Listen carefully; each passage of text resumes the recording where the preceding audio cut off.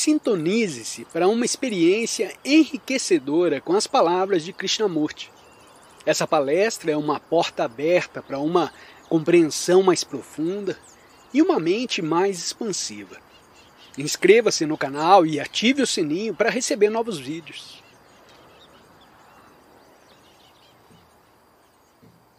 Pode terminar a dor na vida cotidiana? A menos que a mente troque de modo radical, nosso viver tem muito pouco significado. Ir todos os dias ao escritório, ganhar a vida, ter uns poucos livros, poder citar a outros habilmente, estar muito bem informado, uma vida vazia, uma verdadeira vida burguesa. E segundo um se vai dando conta dessa situação, começa a lhe inventar um sentido à vida. Trata de lhe encontrar alguma justificação. Então procura as pessoas talentosas que possam lhe dar um significado, o propósito da vida, o qual constitui um escapamento mais do viver.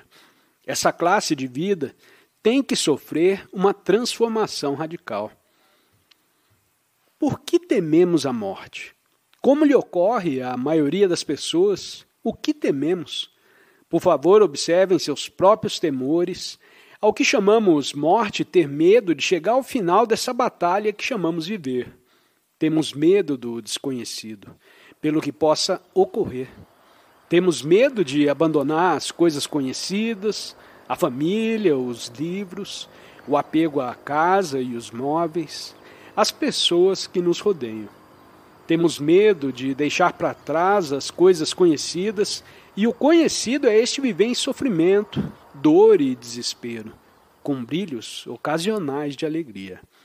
Não há fim para essa luta constante, e isso é o que chamamos viver, e o que tememos perder. É o eu que é o resultado de toda essa acumulação. Quem tem medo de que isso chegue a seu fim? Então, reclama uma esperança futura. Portanto, tem que existir a reencarnação.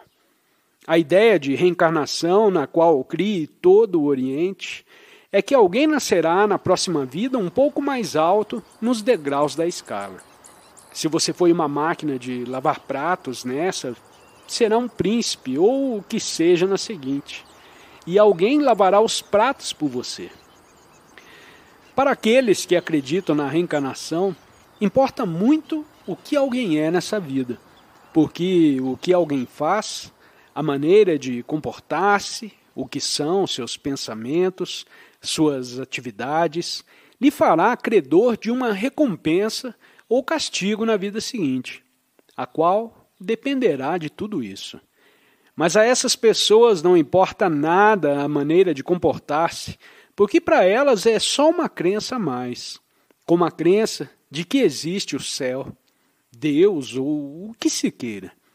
O que seriamente importa é o que alguém é agora, hoje, como realmente se comporta tão interna como externamente. O Ocidente tem sua própria maneira de consolar-se em relação à morte e a racionaliza de acordo com seu próprio condicionamento religioso. Portanto, o que é realmente a morte final? O organismo vai ter que terminar porque envelhece, ou devido à enfermidade ou a um acidente. Muitos poucos de nós envelhecemos belamente porque somos seres torturados, e isso se reflete em nossos rostos com o passo dos anos, a tristeza na velhice ao recordar as coisas do passado. Pode um morrer psicologicamente para todo o conhecido de dia em dia? A menos que nos liberemos do conhecido, nunca poderemos capturar o que é possível. Tal como estão as coisas, nossa possibilidade está sempre dentro do campo do conhecido. Mas quando há liberdade, então a possibilidade é imensa. Pode um morrer psicologicamente para todo o passado, para todos os apegos, temores, para a ansiedade, a vaidade, o orgulho. Morrer tão completamente que amanhã desperte sendo um ser humano novo? Vocês dirão, como vai um fazer isso? Qual é o método? Não existe método algum, porque o método implica um amanhã. Implica que algo será praticado e realizado eventualmente. Amanhã, depois de muitos amanhãs. Podem ver imediatamente a verdade disso? Vê-la realmente e não em teoria. Ver que a mente não pode ser fresca, inocente, jovem, vital, apaixonada, a menos que psicologicamente termine todo o passado. Mas não queremos nos desprender do passado, porque somos o passado. Todos nossos pensamentos se apoiam no passado. Todo conhecimento é o passado. Portanto, a mente não pode abandoná-lo. E qualquer esforço para fazê-lo é ainda parte do passado que espera alcançar um estado diferente. A mente tem que voltar-se extraordinariamente quieta, silenciosa. E isso ocorre sem resistência alguma, sem sistema algum, quando ela vê a totalidade do problema. O homem sempre perseguiu a imortalidade. Quando pinta um quadro e o assina, essa é uma forma de imortalidade, deixando um nome atrás dele. O que sempre deseja é deixar algo de si mesmo. O que tem o homem que dar de si mesmo, fora de seu conhecimento tecnológico? O que é ele? O que somos, vocês e eu, psicologicamente? Vocês podem ter uma conta de banco mais avultuada, podem ser mais inteligentes que eu, ou isso ou aquilo, mas o que somos psicologicamente, a não ser muitas palavras, lembranças, experiências, as quais desejamos passar a um filho, as consignar em um livro ou as pintar em um quadro. O que somos, a não ser o eu se volta extremamente importante. O eu, em oposição à comunidade, desejando identificar-se a si mesmo, desejando realizar-se, converter-se em algo grande. Vocês sabem, tudo isso. Quando a mente observa esse eu, vê que é um feixe de lembranças, de palavras ocas. E é a isso o que nos apegamos. Essa é a essência mesma da separação entre você e eu, eles e nós. Você diz que o pensador e o pensamento não estão separados. Que se nós acreditarmos que o pensador está separado e, portanto, trata de controlar o pensamento, isso meramente reata a luta e a complexidade da mente, que dessa maneira não haverá quietude. Então, não compreendo. Se o pensador for o pensamento, como surge essa separação em primeiro término? Como pode o pensamento lutar consigo mesmo? Como surge a separação entre o pensador e o pensamento quando são realmente um? É isso assim para você? É um fato que o pensador é o pensamento? Ou você pensa que deveria ser assim e, portanto, não é uma realidade para você? Para compreender isso, terá que ter grande energia. Quer dizer, quando você vê uma árvore, deve ter a energia que não permita que exista essa divisão entre o eu e a árvore. Compreender isso requer tremenda energia. Então, não há divisão e, portanto, não há conflito entre ambos, porque não há domínio de um sobre o outro. Mas como a maioria estamos condicionados com a ideia de que o pensador é diferente do pensamento, então surge o conflito. Por que nos faz tão difícil compreender? Porque temos mentes muito complexas, não é assim? Não somos pessoas singelas que olham as coisas simplesmente porque temos mentes complexas. E a sociedade evolui voltando-se mais e mais complexa com nossas mentes. A gente tem que ser muito singelo para poder compreender algo muito complexo. Para compreender algo complexo, um problema muito difícil, terá que observar o problema mesmo sem introduzir na investigação todas as conclusões, respostas, hipóteses e teorias que conhecemos. Quando vocês olham o problema, sabendo que a resposta está no problema mesmo, a mente se torna muito singela. A simplicidade está na observação e não no problema, o qual pode ser complexo. Como posso ver a totalidade da coisa, tudo, como uma unidade? Estamos acostumados a olhar as coisas fragmentariamente, a ver a árvore, a esposa, o escritório, o chefe, tudo separado, tudo em fragmentos. Como posso ver o mundo do qual sou parte, completa e totalmente, não em divisões? Agora, simplesmente escute, Senhor. Simplesmente escute. Quem vai responder essa pergunta? Quem vai lhe dizer como olhar? Quem fala? Você formulou a pergunta e espera uma resposta. De quem? Se a pergunta é realmente muito séria, e não estou dizendo que seja errônea, então qual é o problema? Em tal caso, o problema é: não posso ver as coisas totalmente porque eu miro tudo em fragmentos. Quando é que a mente olha as coisas em fragmentos? Por quê? Amo minha esposa, odeio meu chefe. Compreende? Se ama minha esposa, devo amar também a todo mundo, não? Não digam que sim, porque vocês não amam as suas algemas nem a seus filhos. Não os amam, embora falem isso. Se amassem as suas algemas e a seus filhos, educariam-nos de forma diferente.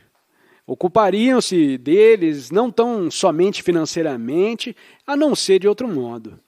Só quando há amor, não existe divisão. Compreende, Senhor?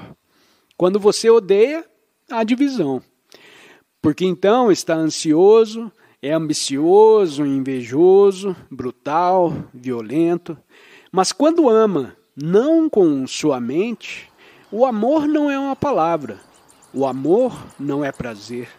Quando realmente ama, então o prazer, o sexo e etc. tem uma qualidade diferente. Nesse amor não há divisão. A divisão surge quando existe medo. Quando um ama, não há eu e você, nós e eles. Mas dirá agora: como vou amar? Como vou conseguir esse perfume? Há só uma resposta a isso. Olhe-se, observe-se. Não combata consigo mesmo, a não ser observe. E desse observar, vendo as coisas como elas são, possivelmente então surge esse amor. Mas temos que trabalhar muito arduamente na observação. E não se pode ser preguiçoso nem desatento.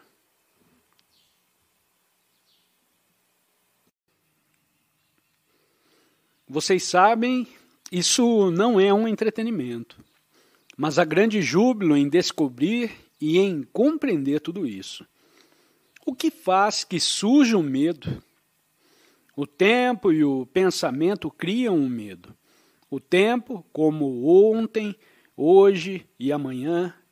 Existe o medo de que algo poderá ocorrer amanhã, a perda do emprego, a morte, o fato de que a esposa ou o marido possam me deixar e de que a enfermidade e a dor que experimentei faz alguns dias se repitam. Aí é onde o tempo intervém. O tempo que envolve o que o vizinho possa dizer de mim amanhã, ou o tempo que até agora há encoberto algo que fiz muitos anos atrás. O tempo como medo de que não se realizem alguns desejos profundos e secretos. De maneira que o tempo forma parte do temor.